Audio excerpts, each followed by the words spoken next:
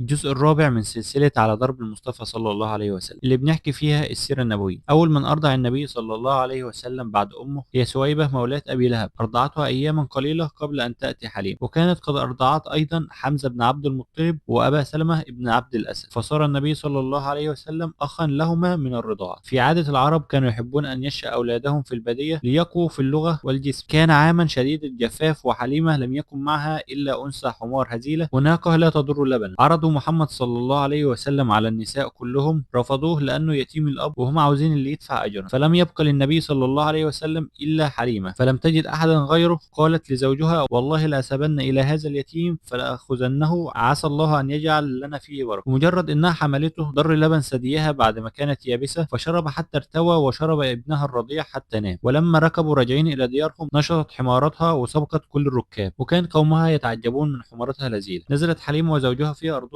فصارت أغنامهم ترعى وتعود ممتلئة الضرع باللبن، في حين كانت أغنام الآخرين جافة. استمر النبي صلى الله عليه وسلم عند حليمة حتى بلغ سنتين، وكان قويا نقيا مشرق الوجه. بعد السنتين جاء موعد عودة الرسول لأمه. أخذته سعدية إلى أمه وطلبت منها تتركه سنة أخرى في البادية بسبب البركة اللي حطت عليهم. وافقت آمنة أم الرسول صلى الله عليه وسلم. ولما بلغ النبي نحو 4 سنوات وقيل 5 حدثت حادثة شق الصدر. رواها مسلم عن أنس رضي الله عنه قال أن رسول الله صلى الله عليه وسلم أتاه جبريل وهو يلعب مع الغلمان، فأخذه فصرعه فشق صدره، واستخرج القلب فاستخرج منه علقة، فقال: هذا حظ الشيطان منك. ثم غسله في طست من ذهب بماء زمزم، ثم لأمه وأعاده في مكانه. خاف الغلمان من المنظر وذهبوا إلى حليمة يقولون إن محمد قد قتل، فجاءت إليه فوجدته واقفا قد تغير لونه لكنه سليم. وقتها حليمة حست بالخطر وعرفت إن الأمر فيه سر عظيم، وقررت إنها ترده إلى أمه. آمنة سمعت القصة وكانت مطمئنة جدا عكس حليمة بسبب كم المعجزات اللي شافتها في فترة الحمل. عاش النبي صلى الله عليه وسلم معها في مكة حتى بلغ 6 سنوات تقريبا قبل أن تأخذه أمه إلى المدينة لزيارة أخواله. ما تنساش تصلي على النبي وتشجعنا بلايك واشتراك.